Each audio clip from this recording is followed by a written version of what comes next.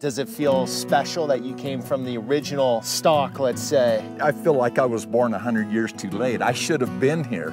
Sheriff, you're LDS, right? Yeah.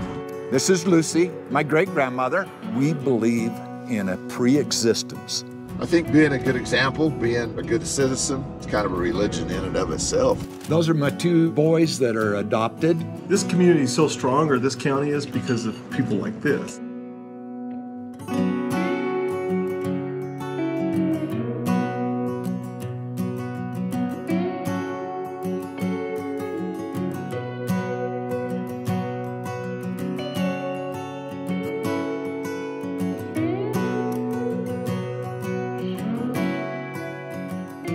So Keith, you're related to Brigham Young somehow, right? Well, he was the one who sent my great-grandpa from Utah down here to Arizona.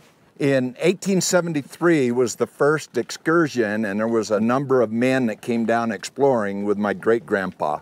And they went back and said, it's rough. They said, we don't know if there's places in Arizona where we can make a living, where we can colonize, where we can do anything. And within 5 years, then Brigham Young said, I don't care.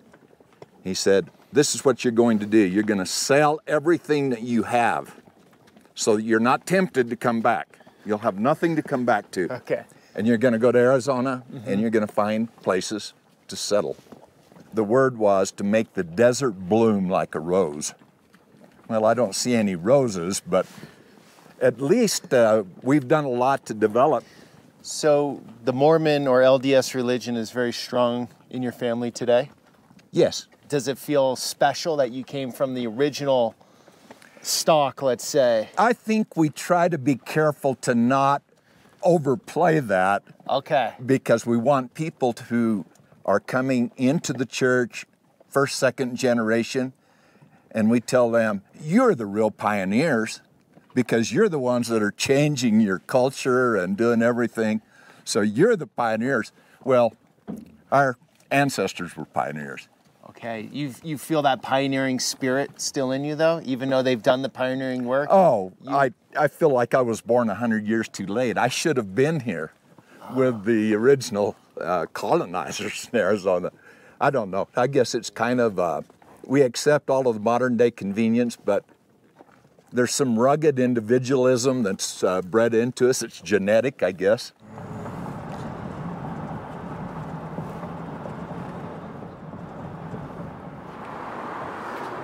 Center is William J. Flake. His father was a plantation owner in Mississippi when two Mormon missionaries came by. He and his wife joined the LDS Church. They were called Mormons. The family, extended family, neighbors ostracized them because of the fact that they had done such a thing. They moved to Nauvoo, took with them 3 slaves that had been with them. Nauvoo, for those who don't know, was in Illinois, right? Illinois. And that was supposed to be the Zion, but it didn't work out there. Brigham Young came out here. Right. To the west. Right. Yeah. Because of political reasons, the church was driven forcefully out of Nauvoo. So he came to Arizona with his wife. This is Lucy, my great-grandmother. So William J. Flake goes back to Utah, and on the way, he meets one of the 12 apostles of the church coming to supervise the settlements, Erastus Snow.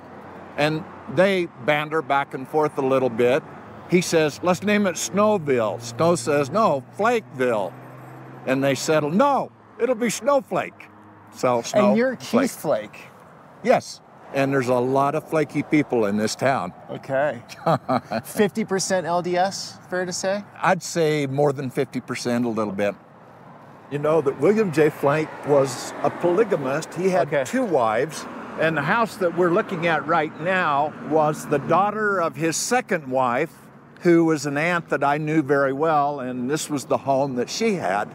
How has the LDS religion changed since you were a kid until now? You're 75 now, right? The biggest thing, first thing that comes to mind is growth. Okay. My goodness, we were We thought it was really something when there were 1 million members of the church. Okay. And now we're 13 million and counting. Right. And of course that becomes very important because of missionary work. And I'm proud to say that I was a missionary for 2 years in Mexico. And of my family, 7 siblings, all of us filled missions, including my dad, Okay. who said, I'll go anywhere in the world, but I don't want to go to Mexico. And he was called to Mexico, of course, and for the rest of his life, he loved everything about Mexico. Right. And became very important to all of us. So a long time ago, and it was something that had been anticipated for a long time, that the priesthood, which is very important to us, was open to people of all races. And that was important to me because in my family, we honor Green Flake, who was formerly a slave, enslaved person, who came west, and he was given the priesthood by Brigham Young. But politically, things changed, and because Utah needed to come into the Union, one thing and another, for a period of time, black people, our good friends, African Americans, did not have the opportunity to have the priesthood, and now they do, which is very important to me. My wife plays with the symphony. She is the viola, and she has written musical numbers with the full score for symphony. So my wife is quite a musician. How many years have you been married? 26. Okay. It's first wife? No, I was divorced at the time. I'd had 8 children, the last 3 adopted, Okay. and they all stayed with me. So I was a single dad for a while with 3 children, and I really needed somebody to help me. Right. So I found a lady, wonderful person, had 6 of her own, and so I knew she could be a good mother. Yep. And we married. So we have a yours, mine, and ours with a total now of 15. Was she divorced? Yes. So in LDS, you can do that. You can get divorced, remarry, or... Yes. We really work to not have that happen. We see it as something to be avoided, Okay. and we really strive. But in today's modern day society, things happen Yeah. that are irreconcilable, and we make an extra effort because we believe that families are forever or eternal, and that's a big part of, we don't want to get run over here, of our looking forward to the life to come, is that we will be together as families. And I'm going to tell you a little more about it when we go to the temple, because Okay. that's what the temple is all about. Okay, yeah. Can we go there next? The temple? Sure. Yeah, that'd be great.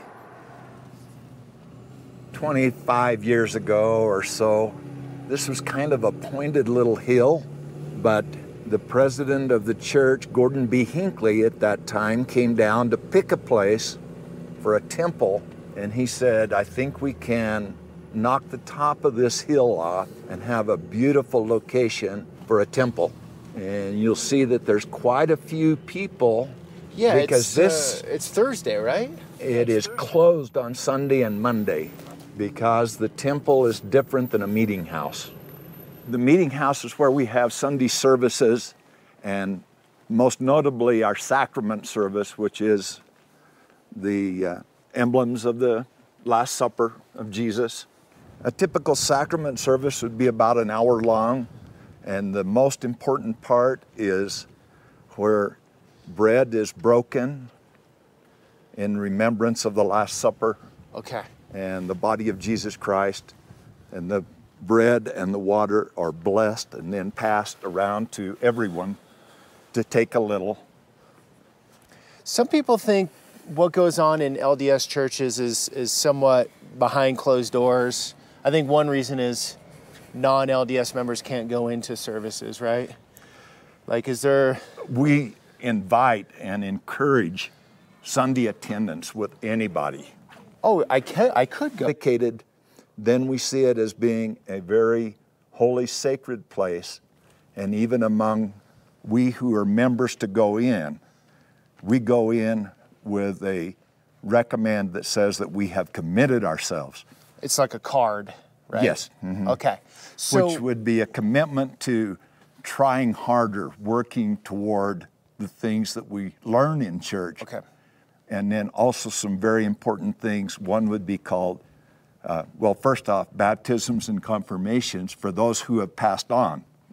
Because we believe that every person who has ever been born on this earth will have an opportunity at some point to understand what it takes to accept what Jesus Christ did for us and to have every blessing that we have. In order for that to happen, we do ordinances for people who have passed on, thousands, millions of them, and that can be done in the temple. There are our young people come and they're baptized in the name of their relatives. And we say there's nothing secret about the temple. I can tell you basically all of the things about the temple, but there are things that are sacred. And that you can't talk about. And so even when we come here to attend an instructional meeting, everyone who comes would dress in white, which makes us all feel equal. When you come to the temple, we're all the same. In fact, the important thing with the location of the temple here is we're located between the Navajo Reservation on the north, Oh yeah, right the out there. Apache Reservation to the south, and when President and our prophet Gordon B. Hinckley picked this location, he wanted it specifically to be in a place where the Native Americans could come and attend. Many of them are members of the church, and because of that, periodically there are sessions held in this temple totally in Navajo. Oh wow, that's cool. And the people who teach in Navajo, the people who receive their commitments, because here we make promises of how we're going to live, what we're going to do. You call the natives Lamanites, right? Isn't that the term? That's a term, comes from the Book of Mormon. And I don't know which ones are Lamanites and which are not, but it means that we treat them all. I think the church has always had a special interest in Native Americans. William J. Flake, he got along great with the Apaches because of horses. That was their common denominator. LDS religion is an American religion. Yes. And so they have respect towards the natives because they're the originals. Is that Yes. correct? Would that be fair to say? Well, the Book of Mormon is scripture that came from the Americas, because Jesus Christ, after he was crucified, made a visit to the Americas. He promised he would to the people in the Bible. And when he came here, his teachings are enclosed as a part of the Book of Mormon, which took place in the Americas. Where in the Americas? I don't know. Step inside of here, it's a little warmer. This is the waiting room. There's that little card scanner right there. Is that your temple recommend, right? You go in and Yes. scan it. Yes. So that's like a nationwide or worldwide system with the LDS Church? Yes. A couple of weeks ago, my wife and I were in Boston. We said, let's go to the Boston Temple. So we took our recommends. We attended the Boston Temple. When I was young, there was a time when there were 12, 13 temples throughout the entire world. And the prophets then said, there will be temples in all of the countries. Yeah, how many are there now? Does anyone know? I've lost track, but I believe that announced and operating would be over 250. Temples in Yes. the world. Yes. There's one in Snowflake, right? Yes. And this one is the second one in Arizona. There's now 5 in Arizona. Oh. But we felt very special to receive the second one. I bet, because you're only, what, 10,000 people? But we have people No, you're who, 6,000 people, the town, Snowflake. and Taylor, but this temple would be designated for northern Arizona. So it's a very special thing to have a temple in your town. Yes. Especially a small town. Yes. It's almost unheard of in a small town, right? Yes. I think Okay. this was the smallest town Okay. to have a temple at the time. But it's been very busy, which just lets you know that the people in this area are very devoted care about the temple because it's busier than most. So, Keith, you were saying in town, in the afterlife, you meet your family there again?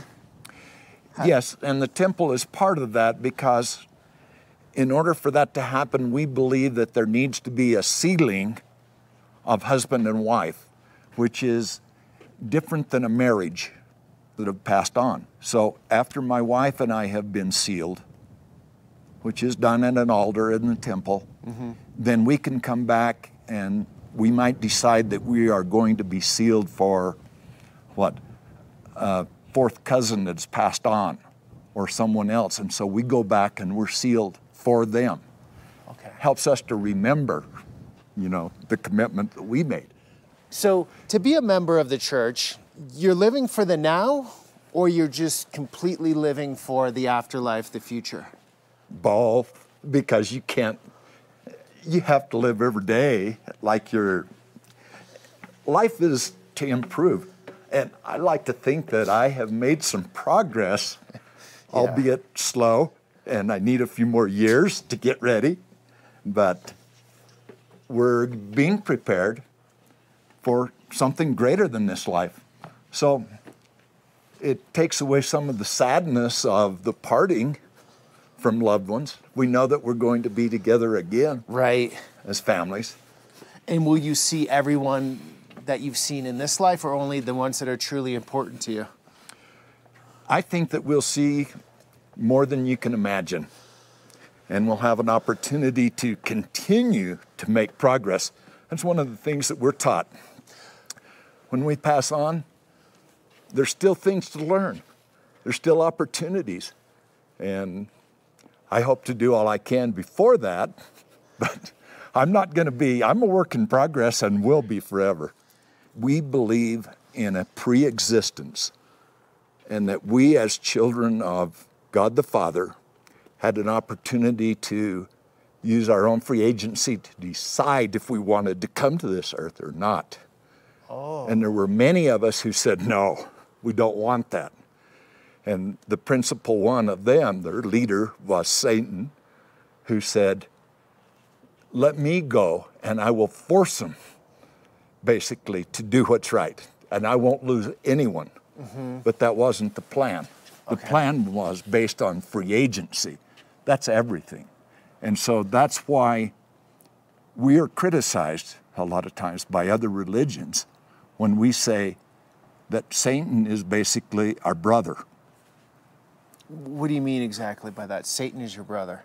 It's your alter ego? We're offspring of Heavenly Father, and he is too. Ah. But he's a wily one. It's a brother you have to deal with? You mean, is that... Don't we?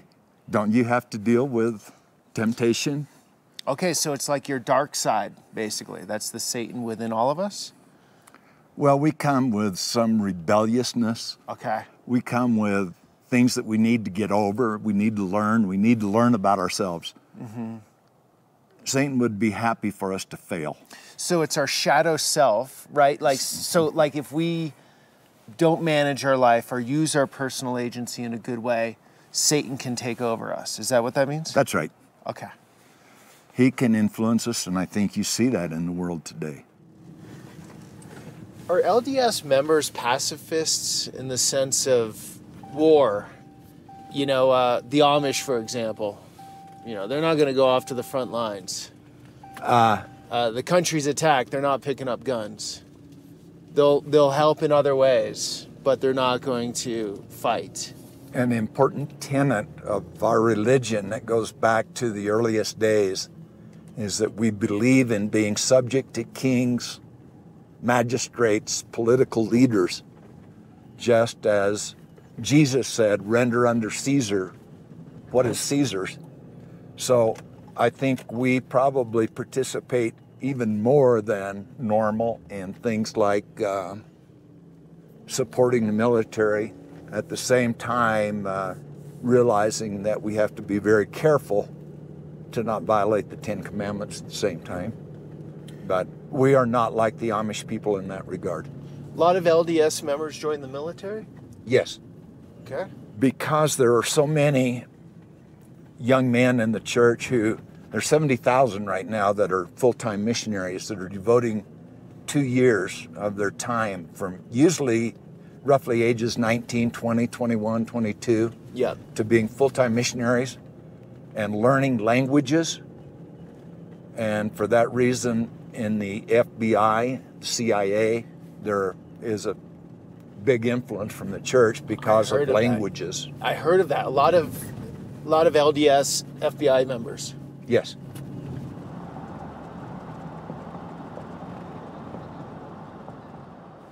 When William J. Flake, my great-grandfather, came in, so when he moved here, this became the home base and the only building in town where it was held.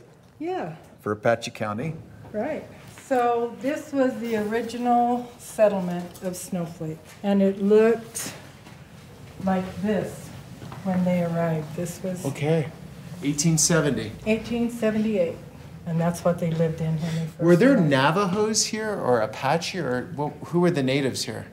There were no... With the rancher, more Mexican. They all spoke Spanish. At one time, several hundred Navajo kids came to school here and lived in dormitories sponsored by the government because there weren't adequate schools on the reservation. When I attended elementary school, 2/3 of each class would be Navajo. Well, you're old.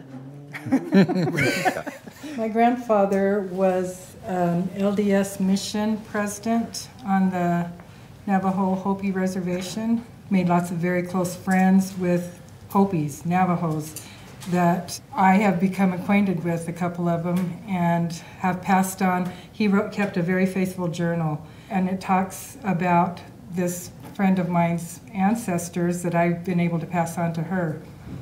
That is priceless to her. It's just really a neat thing. So they're very... It's really an interesting part of the country. Maybe not for you guys, but as an outsider coming here, seeing the natives, Mexican influence, pioneer influence, LDS influence. Mm-hmm. We're in the middle of nowhere, sort of, and it's a huge mix. Yeah. Like it's really quite a dynamic place, I would say. It is. There is something about Snowflake, Arizona. It has a personality all its own. It really does. How do you know someone's from Snowflake? We all look alike. You all come from Brigham Young. No, he was the one that called the pioneers that settled this area, my great-great-grandfather and Keith's great-grandfather, to come and settle northeastern Arizona. But there have all these... I don't know of anyone who is that settled here that were descendants of Brigham Young. No. Or even Orestes. But our great-grandfather Smith was a cousin to Joseph Smith. My grandmother was a Smith, so who was descended from that. Mm-hmm. So in our time, there was a person who could say he knew the prophet, and that was one who lived here, Jesse N. Smith. And he talked with so much love and honor about his And you met uncle. him? You met him? No, he passed away before my time, but I've read the things that he wrote. Okay. This is where the original family lived, although there were always people staying here, rooming here, eating here. This was so primitive, but it looked like heaven to them when they got here and saw a structure that they had been camping in wagon boxes and living the hard life. And so when like that, huh? So when they had somewhere to come that was covered and sheltered, it was a blessing to them. And like Keith was saying, this was the meeting place for quite a while for church and for government affairs. Do you think there's still that pioneering spirit in people here in Snowflake, like a little more rough around the edges, can handle things on their own? Or is that all sort of gone away? I think it's alive and well, really. Okay. I really feel like it. And it's right there. It's right, it's in front of Did you us. see this pioneer with the balloons on. Hey, 2 weeks ago we were going to do this, and then I had a little accident. Yeah. And so Peter did not want to give a black eye to the YouTube program. He said he'd wait until it was gone. Right, so I shouldn't So point that we never out. got the story of what really happened. You may not ever. And he promised to bring Probably fell out of bed. his makeup person with him today, and he didn't do it. He didn't. I forgot my hair person also. You know what is wonderful about Snowflake? There are people that have kept journals, so many people. And so their stories come down through the ages. And he has an older brother, Rolf. Who's 92. Are you familiar with Rolf Flake? I know he's a poet. Oh, he's Right. amazing. And he has a Facebook page that he posts on every day and tells old stories of Snowflake. And Okay, yesterday's, I've got to interrupt Okay. because it's just interesting. We were talking about Lucy, that's William J. Flake's first wife, Lucy Hannah White, and this was 1891 that the two of them and their two little boys went to the valley to do a special kind of work. Actually, he had a place down there, and he was going to break 100 horses for another man. It took him 9 days to get from here down to Mesa. And then when they decided to come home, they came home because Prudence was not feeling well. She was the second wife. She was desperately ill. And as they started to come home, they had 2 feet of snow, and the sky was overcast. They could not travel, and so they just stopped. It took them 18 days to come home.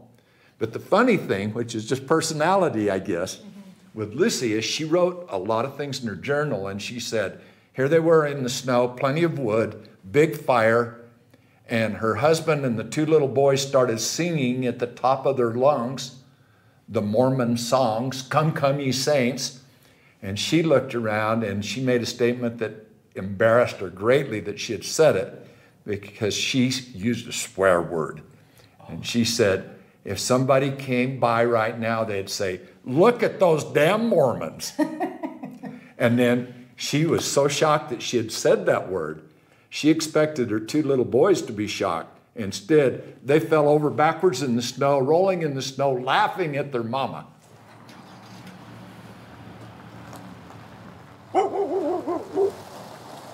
This county goes another 2 hours, hour and a half that way. Yeah. Sheriff. Yes. Navajo County Sheriff. Yes. David Klaus. Keith Blake. So you guys are related. We are first cousins, but he's 2 generations down, and that kind of dates me a little bit. So Okay. first cousin, twice removed. Yeah, yeah. Okay. And Tammy is his aunt. That's right. David's grandfather was a little older than me, and man, I idolized Glenn. And he became the sheriff of Navajo County. I thought that he walked on water. Maybe he did. Maybe he did. That's what I thought too. Sheriff, you're LDS, right? Yes. And I didn't know that the first video we made together until we talked- partway in. We until talked partway about law enforcement and in. Right. reservations.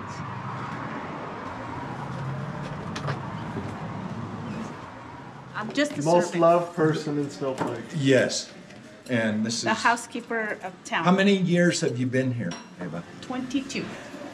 This 22 this years. is your restaurant, Ava? No, this is his restaurant. I work for him. Are you LDS? No, praise the Lord too. What you believe? I'm a believer. Okay. That's the difference, right? Okay. Do you have some more chips? I'm coming. How's Keith Spanish? Hermoso, guapo. Hey, what do you want to drink, sir? Yeah, I have I want a root beer. I have a son-in-law who is from Mexico City, and we're talking about legality. He's just getting his green card. He's done everything he can with an attorney. 3 years. And during that time, he was unable to work, so he wouldn't mess up. And now finally, that's too hard. And he's a good kid. There you go. See, me, I was very fortunate. It was called agriculture. When I came, and then my father had been working for many years, I was able to get my Lloyd Martin's writing card, and here I am. And I've been a citizen for 24 years. Congrats. I pay my tax. I had to learn the, what's it called? I play allegiance, which is my Pledge allegiance To the flag. You still remember it? Yes, I did. Let's hear it. I pray, I go and do it. Whip it on us. Huh? Whip it on us. No, de verdad. Talking about generations of flakes, James M. and all of his siblings, of course, are gone. James M. had 24 kids, 25 kids. They're all gone. I'm the next generation, and I'm almost gone. He's the generation after me. And I have a lot left to go. And then we have the sheriff, the next generation down. Yeah. And when you get down to his, you're talking, I'm going to guess, probably 2,000 would fit into that category. Oh, wow. Not all with the last name Flake, like he ended up, his mama was Flake, but he ended up with Klaus. So is the religion holding on as it goes down every generation? The LDS religion? Kind of. I mean, there's growth, of course, but yeah, I think not as. There's always been, people that leave, come back, and that's what, Oh, wow. Thank you, ma'am. I think Reed and I have kids that are not as faithful as we would wish, but someday they're going to make it back. Thank you. Sheriff, is it common for a lot of people in law enforcement to be LDS? Let's say locally. Our area obviously has a high concentration or high membership. Sure. So here locally in this part of the state, yeah, you would. Okay. I think Arizona and Utah and Intermountain West, you have a lot of members of the church in several professions. Yeah. Got these guys raising cows. Reed, what else are you doing? Rodeo. Announce rodeos. Can you rip a little off for us right here? Oh, you got to have action. I mean, it's a little bit tough. That's Sell this meal. We got a you tortilla and a you cheese, buck some cheese around on the it. room right here with the sheriff on your back trying to buck him off, and I'll announce it. Who else is in law enforcement? My son-in-law. Okay. He's the chief of police here, so And the sheriff is what relation? cousin. So you're pretty So well. I've got diplomatic type immunity in this county and in this town. Basically, I run the place. I can do whatever I want. Is that how it works in small town Arizona? No. Ask my wife. She'll tell you. She runs him. Yeah, she runs me. Does the faith help you with your work, Sheriff? Is that fair to say? Oh, absolutely. Dealing with big decisions and things that impact people's lives. So things like that don't come lightly.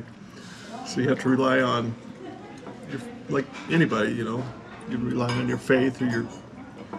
But more importantly, I think, is law enforcement, first responders, peace officers all across the country are exposed to some of the most horrific situations.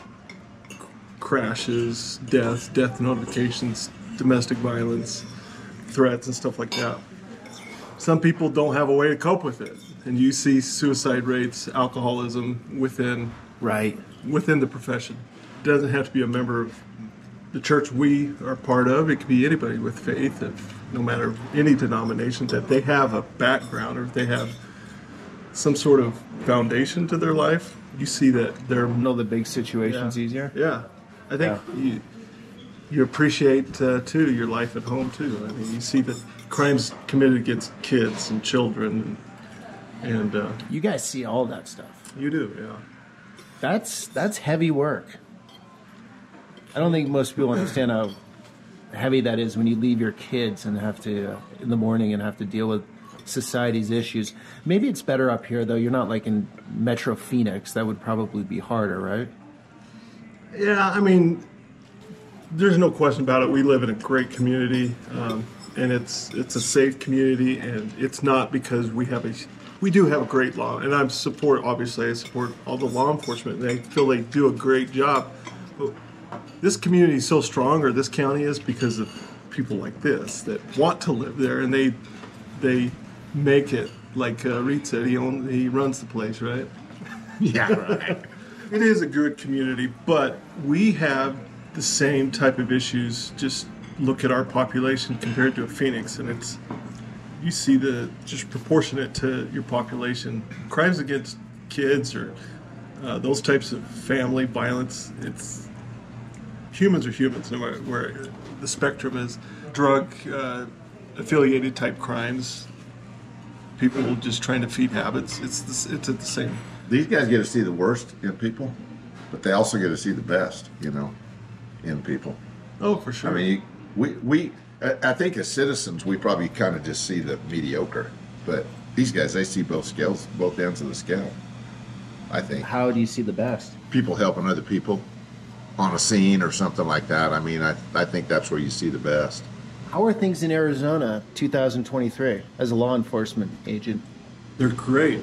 You know why? Because everywhere we go, you see strong support for law enforcement. You see strong support for people that do this job, because they know we go to church together, we go to school, and they're very supportive, and they don't look at it as like, there's obviously some angst and some tension with government and federal government, and they don't view it that way. So you see a lot of support for local law enforcement, but you also see a lot of young men and women that are still getting into the profession. When you see larger municipalities, Phoenix and those bigger cities outside of Arizona, they're not getting the number of applicants that they need. Hey, let me say this. I announce rodeos, and so some of my favorite openings that we do before we actually start the rodeo, we have prayer, national anthem, and all that. But then a lot of times we'll do first responder tributes or law enforcement or military. And it's amazing the response that you get. If, say, you're doing a first responder and you have a bunch of police officers standing out there, and you ask the crowd of 10,000, how many of them are proud of the police department and the police force and what they do. I mean, they all erupt with a round of applause. I mean, yeah, there are people around that disrespect these guys, but I think by and large that has changed over the last 10 years, and people are, they respect them even more so now than I think they maybe did, and they're vocal about it. Go to the National Finals Rodeo and see what happens. 10,000 people, 20,000, 19,000 people in that building. There will not be one person that will disrespect the flag or not take off their hat for the prayer and the national anthem. Is that just rodeo country living, or is that also LDS mentality too? Rodeo country living. Okay. Probably some of both, but I mean, it's the Western lifestyle. Reed, where can somebody see your rodeo announcements if they can't show up in person? They can watch our channel. It's called Rodeo Reed, and not a lot of rodeo on there, a little bit. But you're firebombing it just like super quick. Drop. If I'm announcing rodeo, yeah. Bob Tallman is maybe one of the greatest announcers of rodeo, and he's always off the cuff. And your favorite, right? Your favorite, Bob? Thing came along that there were not enough contestants in rodeo, so his off-the-cuff remark was, and this was up in the state of Washington, he says, well, heck, if we ever have a shortage of rodeo cowboys, we'll just call them Mormons down in Utah and tell them raise a few more kids. De nada, es un placer. And you always look handsome. Thank you for lunch. It was awesome. Okay, Great. don't take forever and come back. Will you? See you soon. Hasta luego.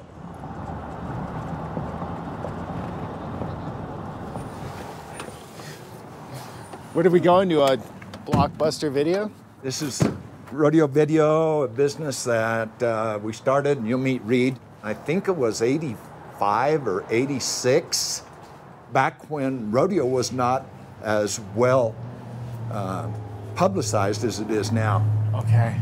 And we did a lot of programs that were meant to instruct people on how to participate in rodeo, how to compete, using world champions such as Casey Field, And here's your fan, Angie. Hello, Angie. I know. How you doing? I knew exactly who we were talking about. Nice to meet you. too, yeah. Peter. Oh, look at that old deck. That's an old, what is that called? Betacam or U-matic. Wow. Back in the old days, when Betacam was the only way that you could get a third generation video and edit it.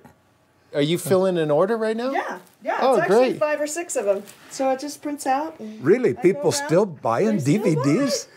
They have no choice. They have no choice. So they're finding you guys online. A few years ago, anyone who competed in rodeo professionally knew who we were because of the business, because this is unique. It was the only one that was really doing lots of training tapes and event tapes and TV programming about rodeo. Who was doing the filming? I was the main one to film. Reed, who was the main voice talent. I've edited some of the later NFRs and helped with Reed's YouTube. She I is a YouTubed at the genius. beginning. She No, was I'm a not genius on I think technology. so, Angie. Well, you produced a lot. This is all your stuff? Oh yeah, hundreds of videos. Some of it will one day, you know, kind of be the archives of what rodeo was like. Today there is Cowboy Channel that a lot of people can follow, and it's kind of taken over all of the media. But there's a period of time that I hope some of this programming will be valuable to go back to. Yeah. But we don't This is the stream. history. So find us online, www.rodeovideo.com. You sell posters too. Buy DVDs. Wow. So you do a lot. You do a lot. There is no way to make a living on ranching unless you have a place that costs, what, $10 million. I don't. So I've always had to do something else. I was a boat builder, sail maker, worked in the lumber industry in the Northwest, trying to save up enough money to have my own place. So you love ranching that much? Yeah. Yeah, it's what I always wanted to do. If you make no money at it, you're good. Just as long as you're getting by. Yeah, and it's been good, you know. What do you love about it? Is it the cows? Is it being out in the nature? Yeah, being independent, being able to call your shots, go do what you feel like most of the time. Any rancher will tell you there's way too much office work now with government programs, with leases and just takes hours and hours. Yeah. But if I could get horseback or on a quad, I don't care, and get out and have a challenge about what I'm going to do, Yeah. I love it. Those are my 2 boys that are adopted and part of my family, and he has now passed away, so that's I'm why sorry. keep I'm an sorry. extra picture of him.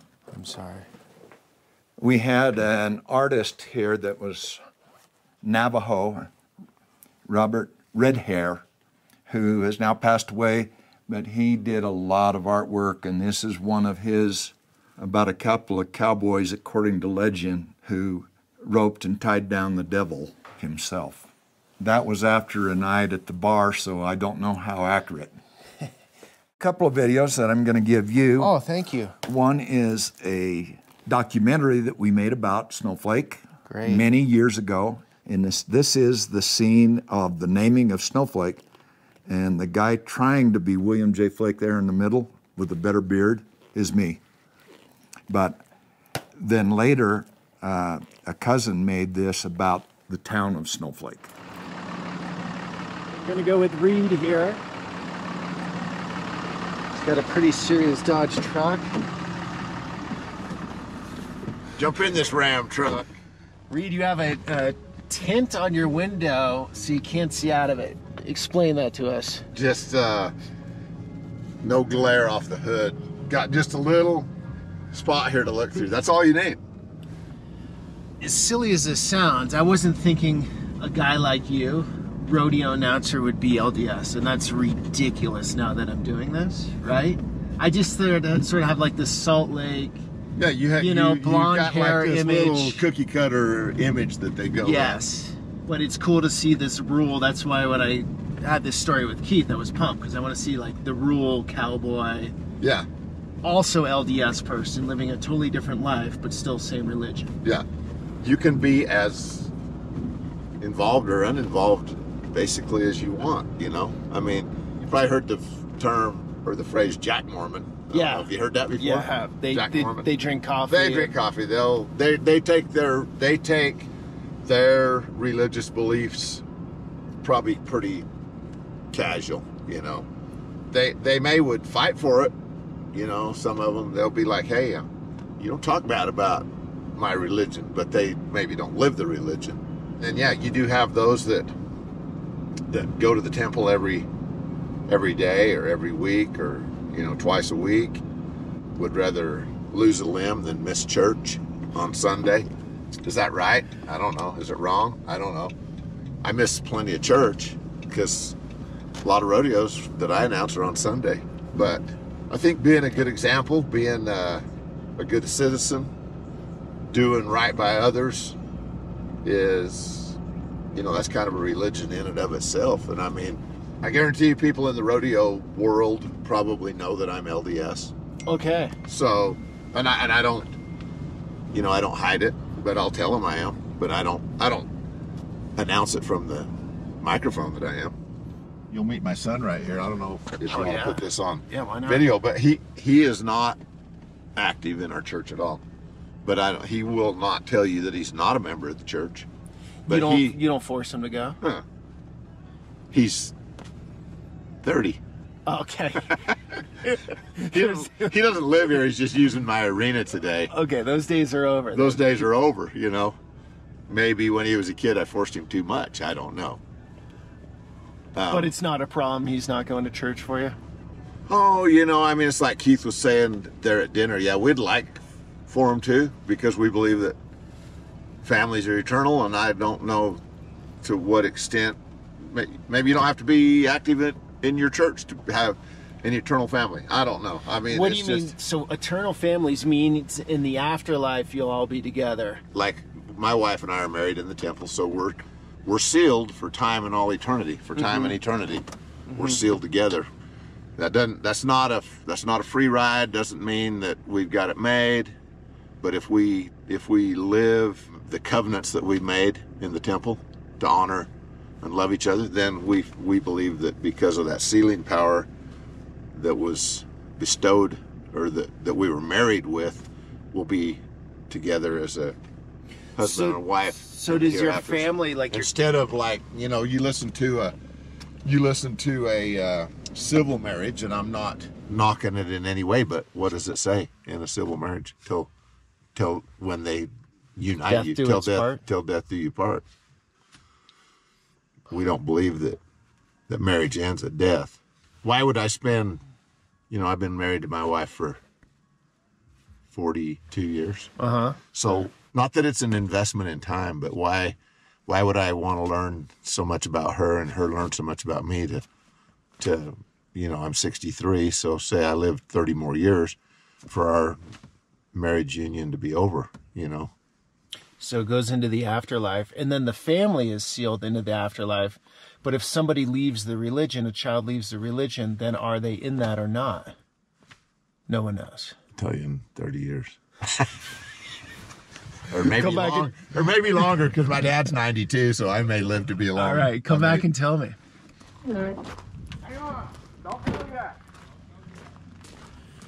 Loggers. Got it. Hey. Well, if he bucks me off and hurts me, this place is worth a lot.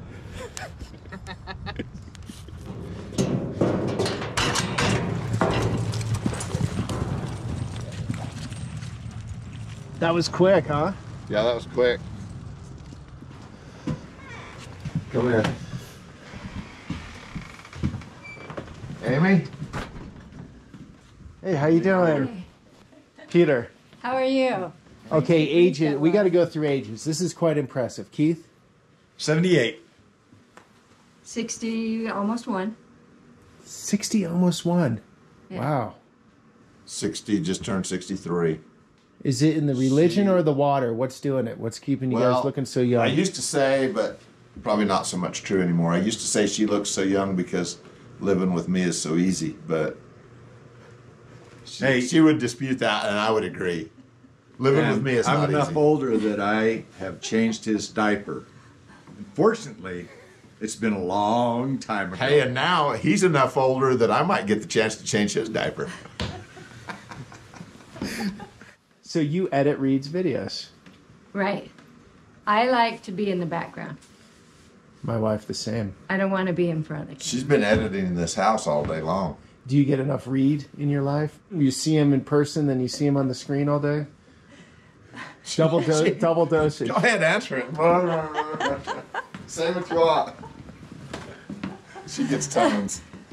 It's we get lots of together time, but you know, it's good. At the rodeos I announce, she plays the music. So you play DJ also? She basically rodeo DJs. Yep. And what you said in the truck was very cool, which I like about LDS. Most look at marriage for this lifetime, and you're looking at marriage for the afterlife. Right. Forever. Forever. Yeah. It's a done deal. Done deal. If you choose it, if we are compatible with each other, and if we're kind to each other, and you know, all those things have to line up. You can't say, "Oh, I choose you," and just grab Keith and say, "We're going," and off we go. It's got to be a mutual agreement, and you've got to live worthy of each other. What's the secret? 43 years. That's a good run. Being willing to forgive each other and work through your problems rather than, you know, saying, "I'm done, I'm out." You think there's a lot of that these days? A lot of "I'm out, I'm just going to pull the ripcord on this"? A lot of starter marriages is what I hear people call it. It's a starter marriage. Starter marriage? Yeah, I didn't. What, like, you've heard that, haven't you? Like a starter house. Round one? Yeah, round one. Okay. Wife 1, But 2, 3, 4, whatever. Mike, if you go into it with that mindset, I mean, then that's probably what's going to...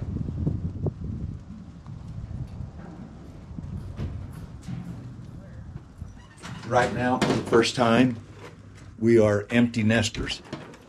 For the first time ever. Yeah. How is it being an empty nester? Oh, we love it. It's kind of a big house for that. How you doing? This is my much better half. Nice to meet you. Good to meet you. You too. Thank you for giving up your husband for the day. Well, She's happy to do it. he's a good soul. Yeah. It's been an awesome tour. This is a very cool house you have. Keith is the builder. This is very And cool. that It's sort of got is- like a hacienda feel to it, right? Yeah, kind of wanted to build a home a little bit like what he saw in Mexico. Where did you two meet? Here? Here in Snowflake on a blind date. We had a common friend who set us up. We celebrated 26 years yesterday. Yep. Fantastic. Yeah. Beautiful. We did. That's Congrats. good. Did he tell you though that we are rivals? Did he tell you anything about my hometown, Taylor? Yeah, you're a We Taylor. did You're not. a Taylor. You're a Taylor. Taylor is another video. I'm sorry. They will have to do Taylor their got the own. Walmart. I know that. Oh, this is great. I love the ceiling here. Very cozy. All of your children. Yeah, and most of them are married. I think we have 2 out of the. These two are just together because they have both left us. They have passed away, my son and grandson. Sorry. Yeah. So they get that corner. And you can see, you know, we care about the temple, the Snowflake Temple. And Oh, wow. You can go on down the road. These are the grandkids. Is this a typical LDS home, seeing all these kids and grandkids? I don't think so because there's not that many, I don't think, that are blended families. Okay. So they might have, 5 or 6 kids, but it's unusual to have 15. We have 40 grandchildren between us. This is what they did, is they did the Mormon airs. And so I think my dad is, he's playing the bass fiddle, which is so strange because he's a violinist. And so and his dad was a He was musician. a soloist His with dad the before- Burbank Symphony. When he was 17, yeah. At age At the 17, Hollywood he Bowl. was a fiddler that provided music for some of the old Western movies in Hollywood. So my dad, he was a music teacher for about 27, 28 years. Then I started as a music teacher. And my mom and dad brought me to their house, and they had this little ceremony. And my dad said, now that you have your contract to be a music teacher. He bequeathed his conducting baton to me. And it was really, really sweet because it was just a few months and then he passed away. Thinking about my dad, at my dad's funeral, Keith ended up writing a poem because my dad, he went into World War II. He was in the Marines at the end of it, and then he came home and he was playing with the symphony. And because he was playing in a band, he was always in the bars and everything. What was the poem? What was the whole, the gist? That doors move just on a hinge, and the hinge moment for him was one day when Sunday morning rolled around and he didn't like what he had been doing on Saturday night. And he thought, I can change.